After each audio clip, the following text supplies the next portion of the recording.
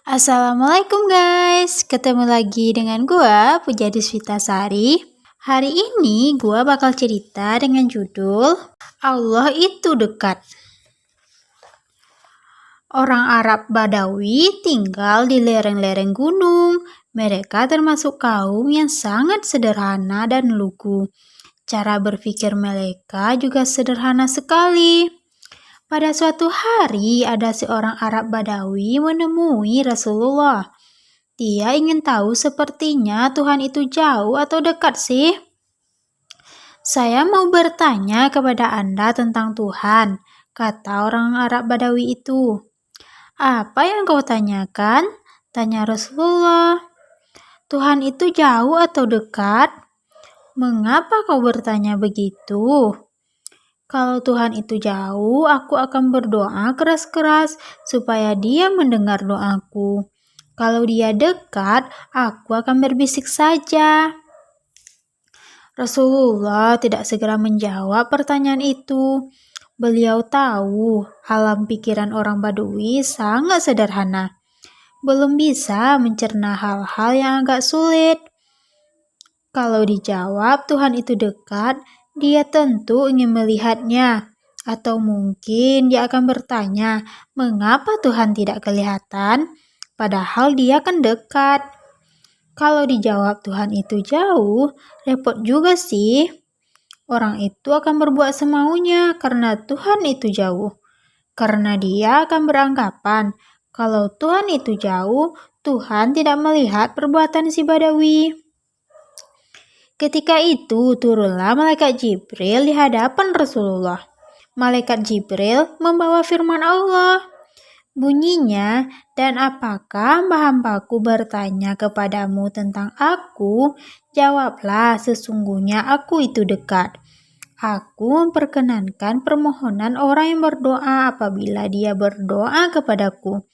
Karena itu, hendaklah mereka memohon berkenaan kepadaku dan beriman kepadaku, supaya mereka memperoleh petunjuk.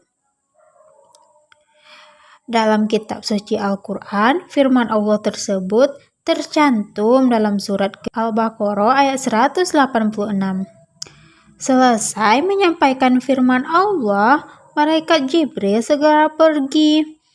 Hanya Rasulullah yang bisa melihat malaikat Jibril. Arab Badui itu tidak bisa. Rasulullah kemudian menerangkan firman Allah itu kepada si Arab Badawi. Tentu saja dengan bahasa yang sangat sederhana, sehingga bisa dipahami oleh orang lugu itu. Arab Badawi itu kemudian memeluk agama Islam. Dia sudah paham bahwa Allah itu dekat.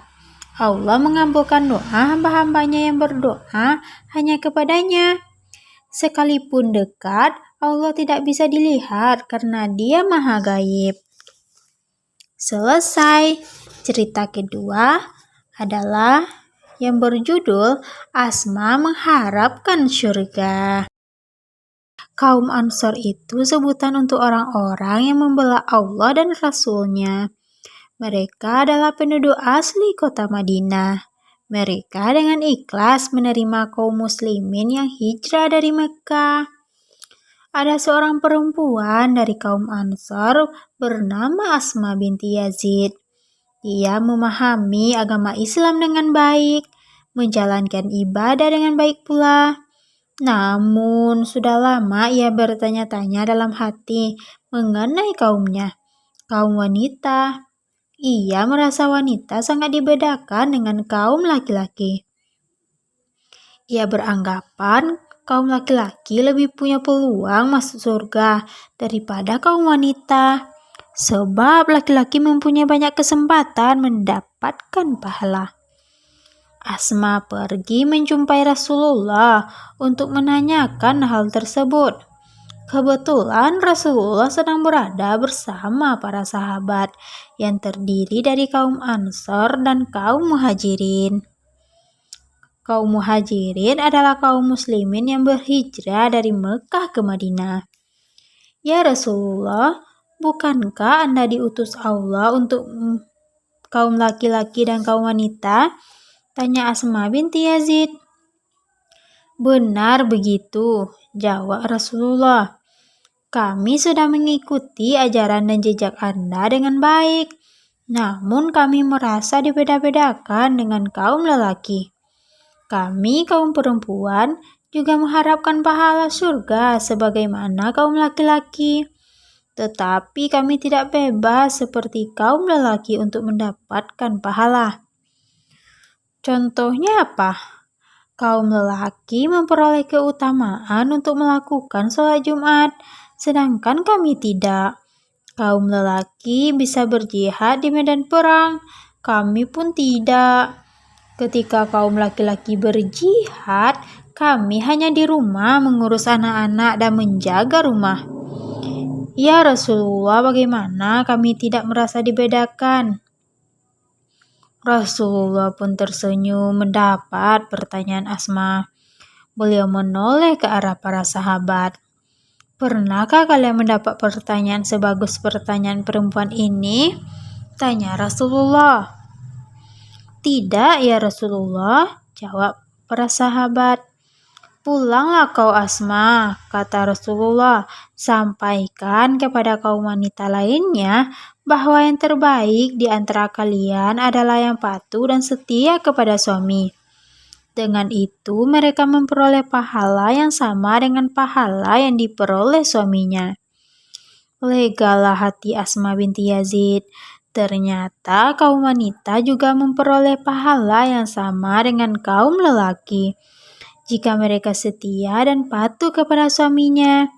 Asma tidak perlu berkecil hati, juga kaum wanita lainnya. Allah tidak membeda-bedakan mereka. Yang berbeda adalah tugas dan kewajiban mereka. Wallahu a'lam. Itulah 2 kisah dari aku hari ini. Semoga kita bisa mengambil hikmahnya ya. Cerita ini punya adaptasi dari buku karya Sofia Mashuri yang berjudul 31 Cerita Bang Daisha. Jangan lupa like, subscribe, and comment ya guys. Puja sudahi dengan Assalamualaikum.